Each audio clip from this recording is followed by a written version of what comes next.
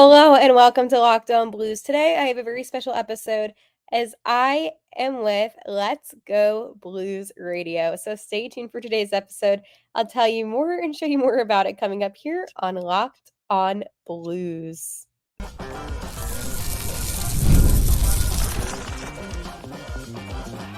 You're Locked On Blues, your daily podcast on the St. Louis Blues. Part of the Locked On Podcast Network, your team every day. Hello. Before we dive into today's episode with Let's Go Blues Radio, I just want to let you know that today's episode is going to be more of the Locked On Blues Radio hosting, but it's still going to be great Blues conversation within the next couple of days. Also, today's episode is brought to you by FanDuel. Make every moment more as playoffs wind down. The sports stop sporting like we want them to, but this summer, FanDuel is hooking up all customers with a boost or a bonus daily. That's right, there's something for everyone all day or all summer long. Visit FanDuel.com to get started. And without further ado, here is today's episode. Sure, I did. Which player on the current team do you think has the most St. Louis pride? A topic I would never talk about during the season, but during the off season, it's like a fun little thing to kind of dive deep into these players. So any Blues talk is fine with me. Yeah, my answer is Oscar Sundqvist. I knew that somebody was going to say that. Nobody said that in my comment section.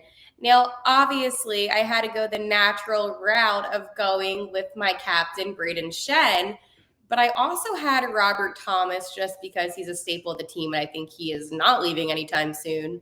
But you could even make the argument, too, for Jake Neighbors, Benner, lots of guys. Yeah, I just say Sundqvist because apparently he is a massive soccer fan. So he was going to all the soccer games even before he was signed last year. And it was like, okay, this guy loves St. Louis. Bring him back. So, but yeah, I'm with you. Braden Shen clearly seems like he loves it in St. Louis. I remember there was talks after the Cup win that he was going to go somewhere else. And then he signed whatever his deal is now. I think it was a 7-year deal to stay in St. Louis. And it was like, okay, clearly this guy wants to play here, and you got to love that. We always say here in St. Louis, you know, because there was a period there where it was like nobody seemed like they wanted to come here. The Blues were rebuilding, but now it's like we're a hockey city, and so it's awesome to see these players who want to be here and want to stay here.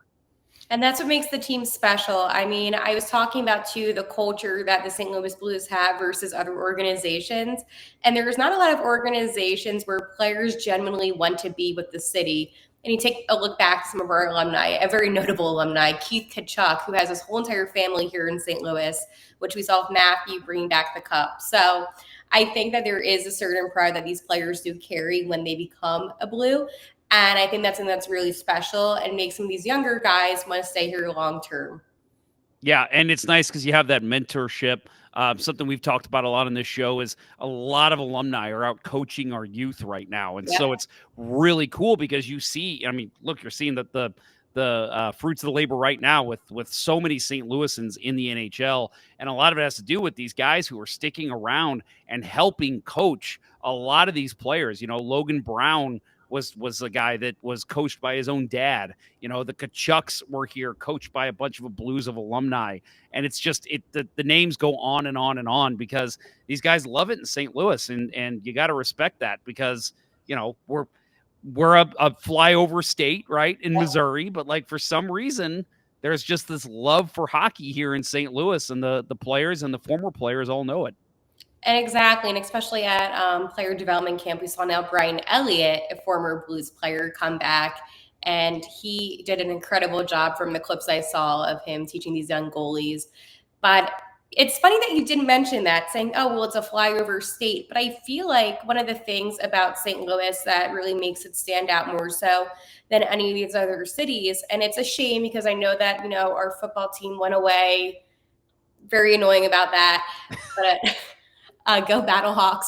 But yes. I feel like the main focus besides the Cardinals and soccer is the Blues. And I feel like that's one of the number ones. I mean, the Cardinals have been such a good baseball team too throughout the years. So it's nice to have a consistently good baseball team. I mean, right now they're going to battle it out and hopefully get on top of the Brewers. But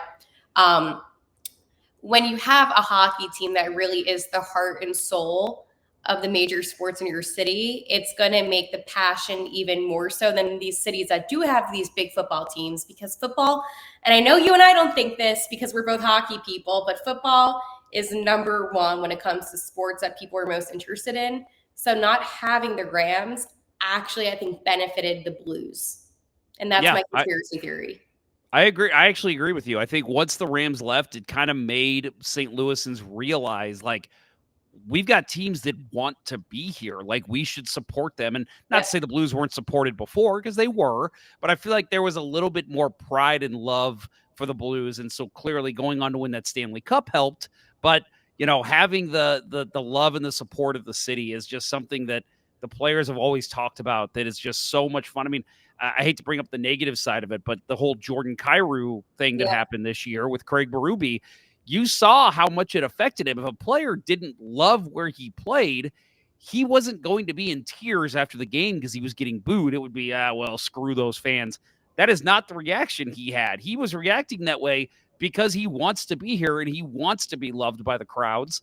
And, you know, so for the moment that it didn't happen for him, it was just such a shock because that's not normally how St. Louisans treat their athletes. No, not at all. And that was one of the examples I did bring up on my show, because with Jordan Kyrou, and this is the interesting thing about him, he is a good player. He may not be the best player, but he is good. He's improving. I mean, I really am a big defender of him. I think that he made a comment that he shouldn't have made, but he did take accountability. But when you have a fan base, and again, I remember that game like it was yesterday, booing you and all that negativity. I have never seen a player that emotional after a game due to the fan base, because you have your home team fans booing you. So if he didn't want to stick with St. Louis, he would have tried to get out of his contract and be traded. Like, there's very few players, I think, that would actually stick that whole situation out in the entire NHL. I mean, you have Evander Kane, who everybody hates, and I'm using him as an example. At this point, he's so used to it. He's used to people not liking him. But I don't think that it was the fact that maybe the Blues fans didn't like Kyrou. I think that he realized that he wants to be here. He doesn't want to go to another team. And that maybe hit him like, wait, am I going to be on the chopping block because the fan base hates me? Right. So I think that it just shows that he is a true Blue player. I think that he wears the blue note with pride, and I think he responded really well to the whole situation. 100%. I said that's exactly what I wanted to see him, how I wanted to see him respond, because it really did show that it hit him in a way that was like, that this is a learning moment. Like, I have to learn that there's some things, and sometimes you can't really just speak your mind. I think he did the right thing. He handled it well. And then the next game, I think he came out and scored 2 or 3 goals, and the crowd was going nuts for him. I think he got a standing ovation. So yeah, he did. Clearly, start of the game, it was really cool to see the response that he had. Yep, 100%. He said that he did it for St. Louis. I remember that he was talking to Jamie Rivers after the game, and he said, "This is for you, St. Louis." So, that was great. I was at that game, and I was the same way. I was just like, good for him. Like, good for him. We were all mad at him for a little while, but guess what? We all made up already. This is great. That's how it goes. Yep, that is. So, again, you're actually in Philadelphia, correct? Yes. So, how often do you make it out to St. Louis? I am going out. I believe it is going to be end of November, and then I'm going to try to go to the Winter Classic this year. So, last year, just due honestly to flight cancellations because of weather, I was going to go out in the middle of the winter, and that didn't end up happening.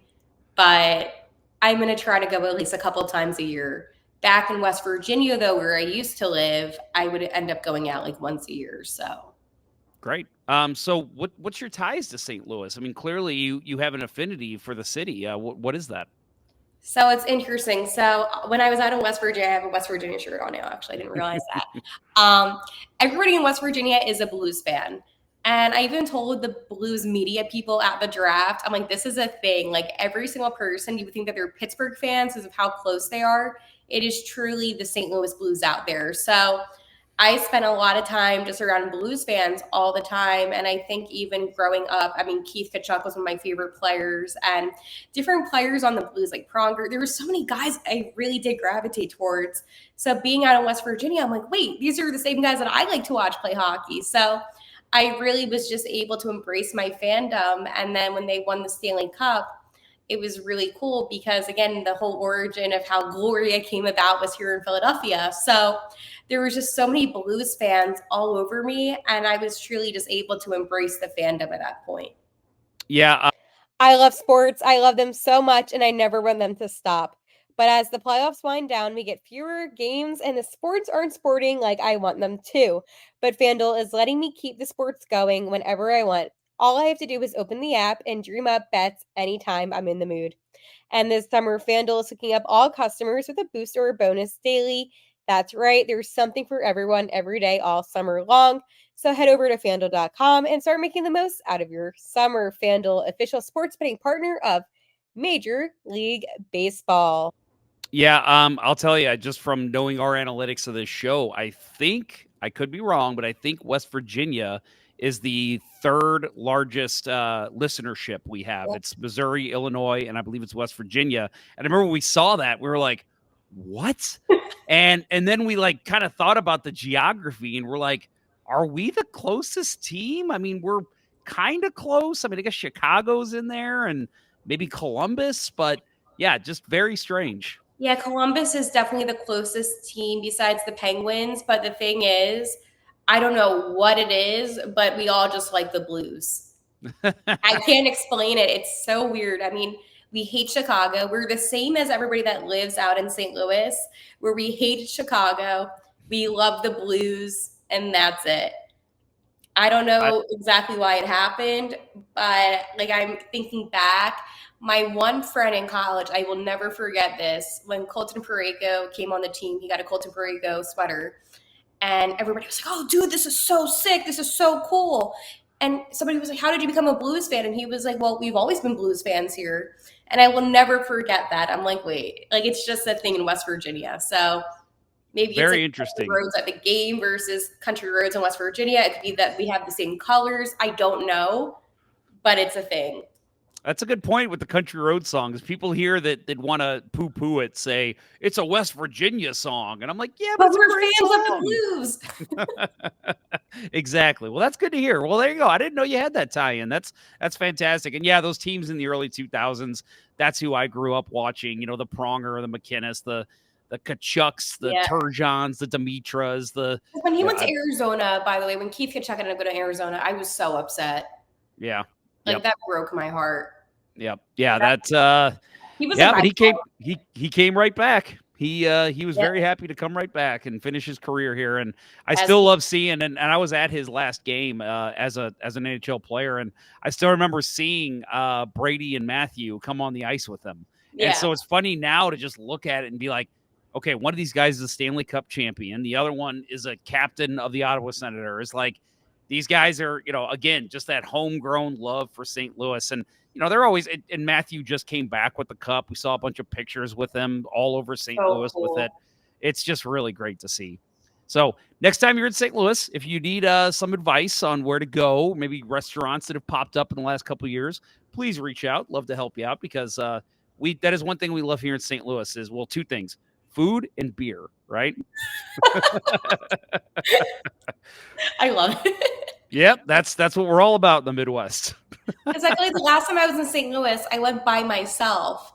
And I just remember trying to explore everything. And I'm like, okay, I'm a little confused. But now I feel like I can just hit you up and be like, hey, what do I do before the game? 100%. There are so many places to hit, so many great breweries that have their own menus. It's fantastic. So yeah, please hit me up. I will be glad to tell you where to go. Yeah. So I wanted to ask you too that, again, growing up in West Virginia, so we found out your Blues ties. What made you move out to Philly and kind of become a Flyers reporter? Yeah, so my parents are from Philadelphia. So after college, it was one of those things and just trying to figure out life about what to do.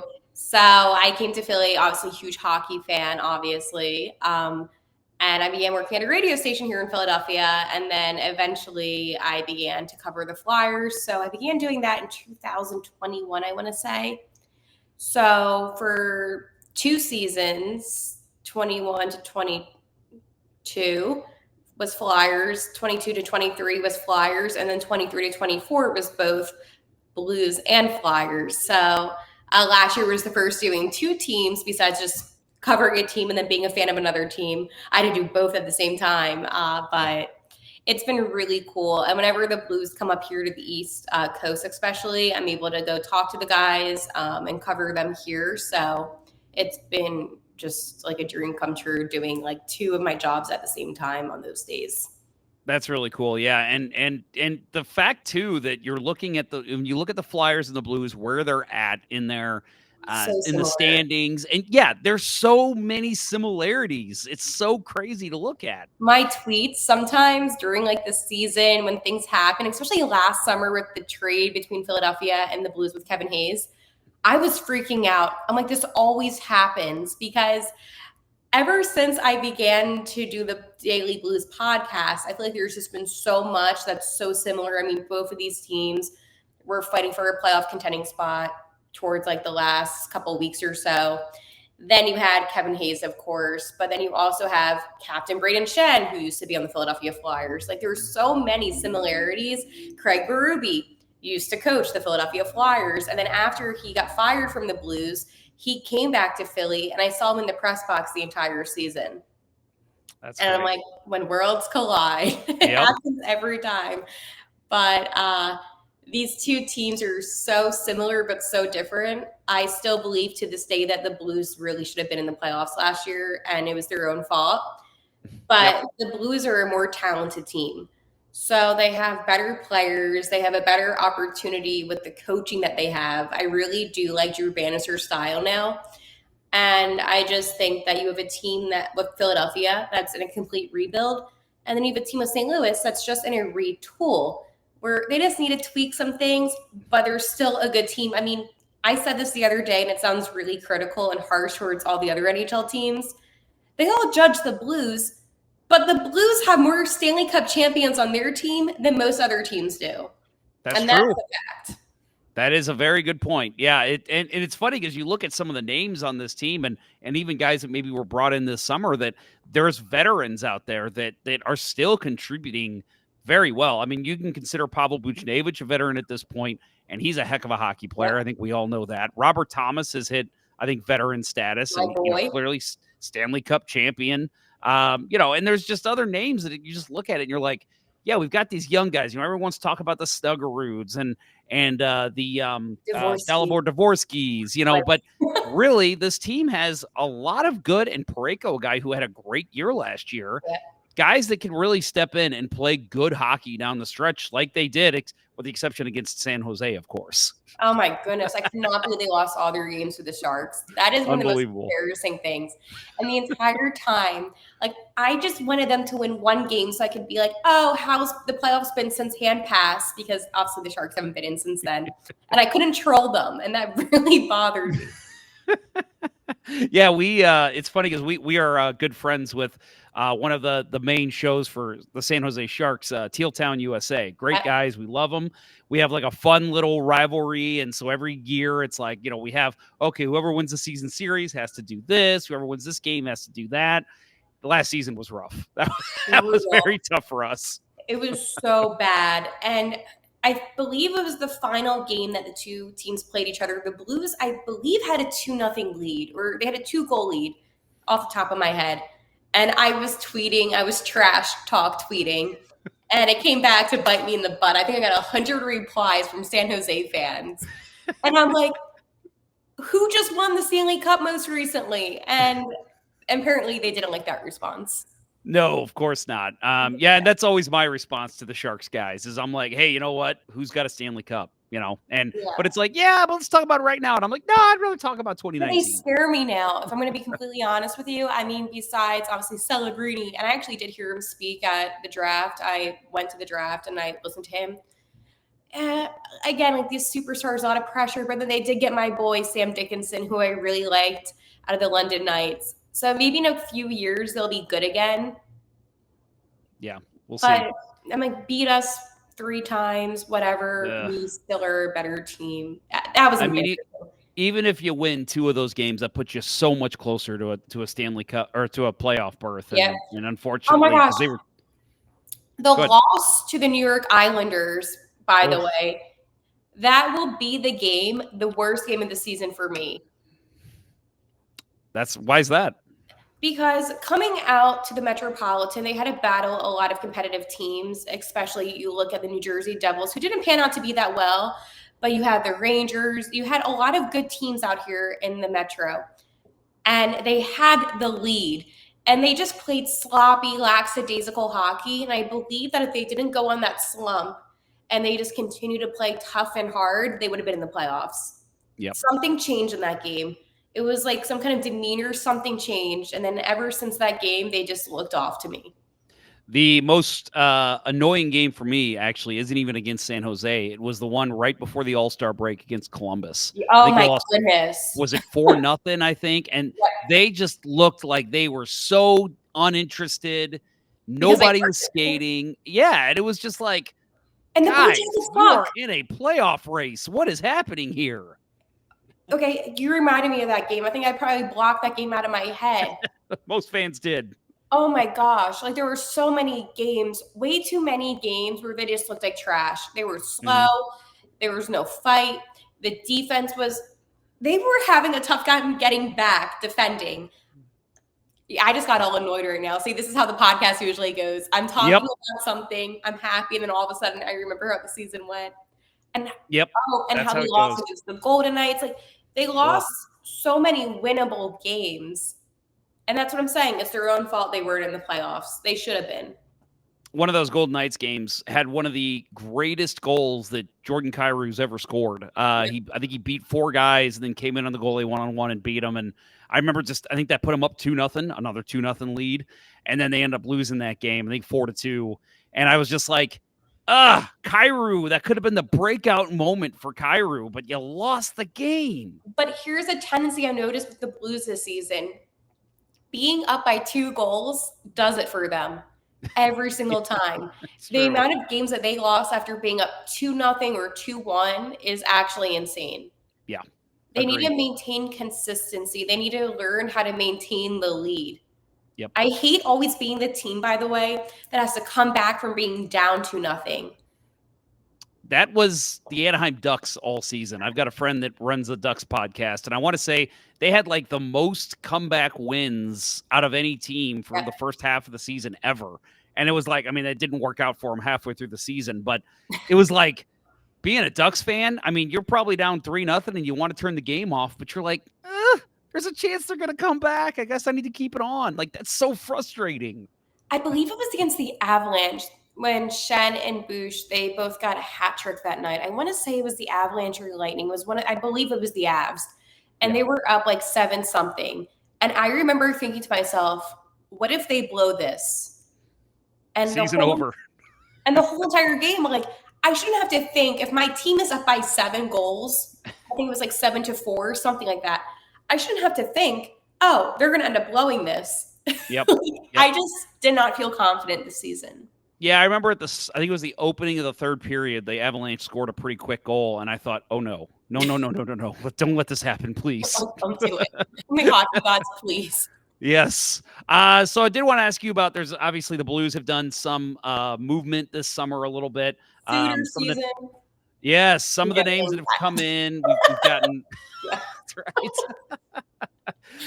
So we've got Radek Faksa, the Joseph brothers, Alexander Texier, Ryan Suter was one of the more recent ones, and then obviously out Kevin Hayes and Marco Scandella. Just comparing year to year, last year to this year, how do you think this team stacks up? I like this team a lot better than last year. I know I kind of just made a joke about Suter, but he is a good veteran guy. I spoke to some guys in Dallas that had a lot of positive things to say about him. But the Joseph brothers, they excite me too. Younger players, and I believe P.O., who is the guy that I'm most excited about, I think that he does have a lot of elements that will benefit the Blues. Especially, you have to look at the defense as a whole. It's going to improve greatly. Now, do I have some concerns? Absolutely. I think that maybe not going for a more well-known, skillful player is a little bit of a mistake. But I can't hate this. They added just more depth players into the roster, so it's a lot more than they did last season with just getting Kevin Hayes and bring back Sonny. I think that they truly did bring in players that not going to be in the first pair, not going to be first liners, but definitely going to be solid for the third, fourth line, and maybe that second and third pairing. Just we'll see where they fit in. But I'm really, honestly though, here's the thing. I really love the Blues first line. I wouldn't change that. The second line, if I could tweak one player, who I would move out? Oh, I wonder if it's the same I would say. Let's see. I hope you guys enjoyed today's episode. I cannot wait to talk to you tomorrow. And like always, let's go Blues.